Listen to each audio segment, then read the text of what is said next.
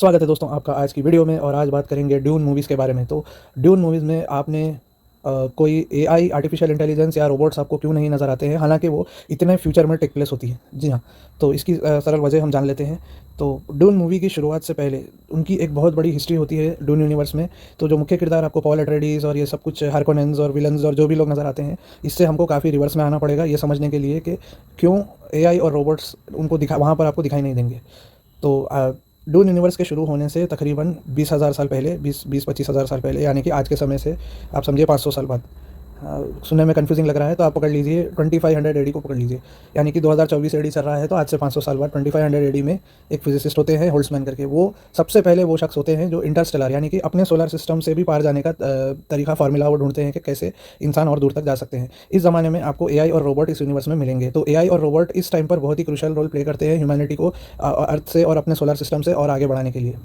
Dune universe का एक मुख्य कॉन्सेप्ट है जिसको आपको समझ लेना चाहिए। ये आपको मूवीज़ में खुलकर नहीं बताया जाएगा, लेकिन ये एक नॉन जो भी जिसने भी बुक समझी है उनको पता है कि ड्यून यूनिवर्स में इंसानों के अलावा कोई स्पीशीज़ नहीं होती है, मतलब कोई इंटेलिजेंट स्पीशीज़ नहीं होती है। मैं ये बोल रहा हूँ, सैंड वर्म्स और ये सब आपको एलियंस दिखेंगे, जानवरों जैसे एलियंस दिखेंगे, लेकिन कोई भी एलियन इंसानों जितना दिमाग वाला कोई एलियन आपको ड्यून यूनिवर्स में नहीं दिखेगा। जहाँ भी आपको थोड़े से, जैसे आपने विलन्स को देखा है ड्यून में, वो भी इंसान ही होते हैं, बस उनको थोड़ा सा म्यूटेशन हो चुका है, मगर वो अभी भी कहलाएंगे इंसान ही, वो कोई अलग एलियन नहीं है। तो वापस आ जाते हैं टॉपिक पर। तो अब रोबोट्स और एआई का यूज़ कर जब ये इतना आगे बढ़ रहे हैं तो अब इसमें इशू कहाँ आता है?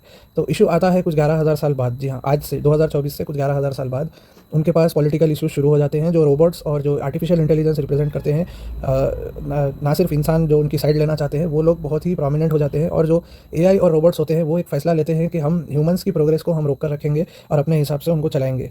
तो इसमें काफ़ी लोगों के इश्यूज शुरू हो जाते हैं। तो पॉलिटिक्स की वजह है। जी हाँ, पॉलिटिक्स बेसिक वजह है कि एआई ह्यूमंस से कंट्रोल ले लेती है। तो अभी आप लोग, कई लोग सुन रहे होंगे कि मतलब एआई आगे बढ़ते जाएगी तो हमसे कंट्रोल ले लेगी, लेकिन ड्यून यूनिवर्स के मुताबिक एआई फ़ौरन हमसे कंट्रोल नहीं लेती है। तकरीबन 10-11 हज़ार साल बाद एआई और रोबोट्स हमसे कंट्रोल लेने की कोशिश करते हैं और ले भी लेते हैं कुछ सदियों के लिए।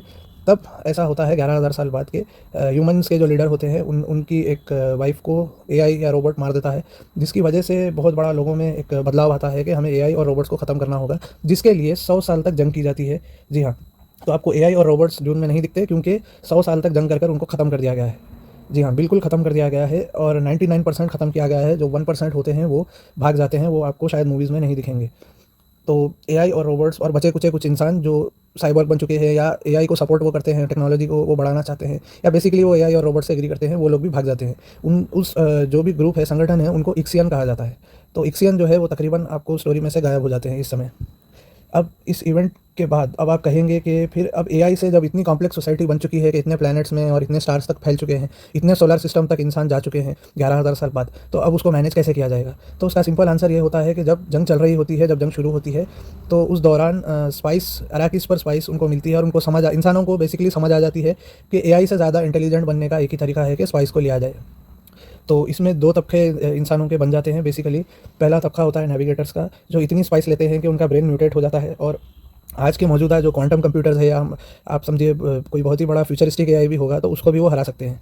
उनका दिमाग, उन इंसानों का दिमाग हरा सकता है इस मामले में। और अगर आप दूसरे तबके पर आते हैं, उनको कहते हैं मेंटर्स। तो बेसिकली जो आज की हमारी दुनिया की जो भी इंजीनियरिंग, मैकेनिकल या इस तरह के प्रॉब्लम्स हैं, वो उसके लिए जो भी कैलकुलेशन है वो सब कुछ वो कर सकते हैं। एक आज समझ लीजिए आप चैट जीपीटी 4 या 3.5 जितने वो लोग इंटेलिजेंट होते हैं, उससे थोड़े ज़्यादा ही होते हैं। तो और बाकी के फिर अलग अलग लेवल के इंटेलिजेंस के इंसान होते हैं।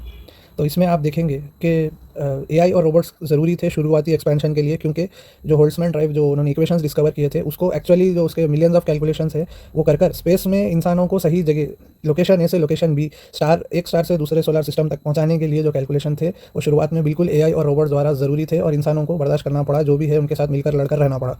लेकिन जब इंसानों को एआई और रोबोट को भी हराने का तरीका मिल जाता है, यानी कि अराकिस पर उनको स्पाइस मिल जाती है और वो इंटेलिजेंट हो जाते हैं एआई और रोबोट से ज़्यादा, तब वो उनकी छुट्टी कर देते हैं। तो उम्मीद है आपको समझ आई होगी कि क्यों आपको रोबोट्स और एआई नहीं दिखते। तब आप बोलेंगे इस फिल्म में ये सब तो बताया नहीं गया है, तो ये सब बुक्स में लिखा गया है, ये प्रीक्वल है। तो पॉल अट्रेडीज जो है मुख्य किरदार, अब वो सारे किरदार कहाँ पर आते हैं? तो जैसे मैंने बताया, रोबोट्स और इंसानों के बीच जो 100 साल की जंग हुई है, उसके वो जंग के, यानी कि आज से समझिए 2024 से 21,000 साल बाद, जी हाँ, 10,191 एजी, यानी कि रोबोट्स को हराने के तकरीबन 10,191 साल के बाद पॉल एट्रेइडीज़ और ये सारे दूसरे किरदार आते हैं। मतलब उनको एआई और रोबोट्स को वो बिल्कुल भूल चुके हैं।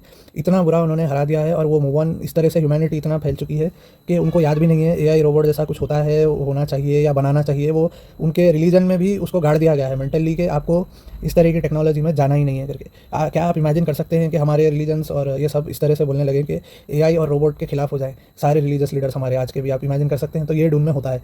तो इतना उन लोगों का रिलीजन इंटीग्रेट हो जाता है कि कोई भी रोबोट और एआई की ज़रूरत महसूस ही नहीं करता, क्योंकि उनके पास कुछ ज़रूरत होगी, मिलियंस ऑफ कैलकुलेशंस भी करने हैं तो उसमें इंसान ही काफ़ी है। इसीलिए वो आगे बढ़ते चले जाते हैं। तो जो भी आप डून मूवी में देखेंगे तो इसीलिए कैरेक्टर्स एक इतने फ्यूचर में चले गए हैं कि उनको शायद उनको पता भी नहीं होगा, कहीं किताबों में लिखा होगा उनके पास कि इस तरह से रोबोट्स और एआई होते थे करके। तो ये बहुत ही मुझे इंटरेस्टिंग कॉन्सेप्ट लगा। अक्सर जब हम फ्यूचर की बात करते हैं तो हम सोचते हैं एआई आएगी, हम सबको, मतलब काफ़ी लोग ऐसे सोचते हैं। एक तो पॉजिटिव सोच है कि एआई आएगी तो हम सब लोग मिलकर, एआई के साथ मिलकर और दुनिया में अच्छा करेंगे और अच्छे रहेंगे। दूसरी सोच आप सभी जानते हैं, कई लोग सोचते हैं कि एआई इतनी ताकतवर हो जाएगी कि तमाम इंसानियत को टेक ओवर कर लेगी इंस्टेंटली, और उसके बाद वैसे ही हमारा कोई फ्यूचर नहीं रहेगा। लेकिन फ्रैंक हर्बर्ट और ब्रायन हर्बर्ट साहब को सलाम है, एक बिल्कुल अलग पर्सपेक्टिव वो लेकर आए हैं कि एआई के बारे में, कि एआई से भी आगे तोड़ ह्यूमंस को इंटेलिजेंट बनना पड़ेगा और उसका कोई बायोलॉजिकल वे ही है, कोई जैसे स्पाइस हो गया या कोई और तरह का म्यूटेशन, कुछ और ऐसा होना पड़ेगा कि हम उसको बीट कर पाएँ, वरना कुछ नहीं हो पाएगा। तो ये एक शुरुआत, डून मूवीज़ की शुरुआत से पहले के ये पार्ट्स हैं। ये स्टोरी पार्ट ऑफ स्टोरी है। तो इसको अगर आप समझेंगे तो आपको डून मूवी देखने का आपका जो नज़रिया है, और आगे की जो भी डून की मूवीज़ आएंगी, डून 1 डून 2 जो आ चुकी हैं, आपका नज़रिया ही बदल जाएगा। मतलब आप बोलेंगे अरे ये कहाँ से कहाँ चले गए हैं ये लोग। तो उम्मीद करता हूँ आपको आज की वीडियो पसंद आई होगी। वीडियो अगर थोड़ी लंबी हो गई है तो माफ़ी चाहता हूँ। तो आज की वीडियो देखने के लिए धन्यवाद। Have a good day.